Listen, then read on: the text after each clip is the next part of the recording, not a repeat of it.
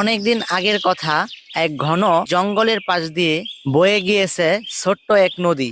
সেই নদীর ধারে থাকতো এক সৎ ও পরিশ্রমী কৃষক।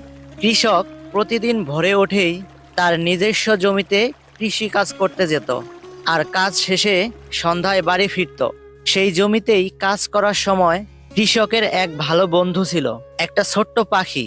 নাম ছিল তার টুনি। টুনি পাখি রোজ সকালে এসে কৃষকের কাঁধে বসতো আর মনের আনন্দে গান গাইতো এবং সেই কৃষকের একাকিত্ব দূর করত। একদিন সেই কৃষক কাজ করতে করতে প্রচন্ড ক্লান্ত হয়ে তার জমির পাশেই একটা গাছের নিচে গিয়ে ঘুমিয়ে পড়ল, এবং সেই সময়ই ঘটল এক ভয়ঙ্কর কাণ্ড। হঠাৎ আকাশ কালো হয়ে আসলো, বিজলি চমকানোর সাথে সাথে ঠান্ডা হাওয়া বইতে শুরু করলো, আর সেই সাথে এক ভয়ঙ্কর শব্দ। তখনই দেখা গেল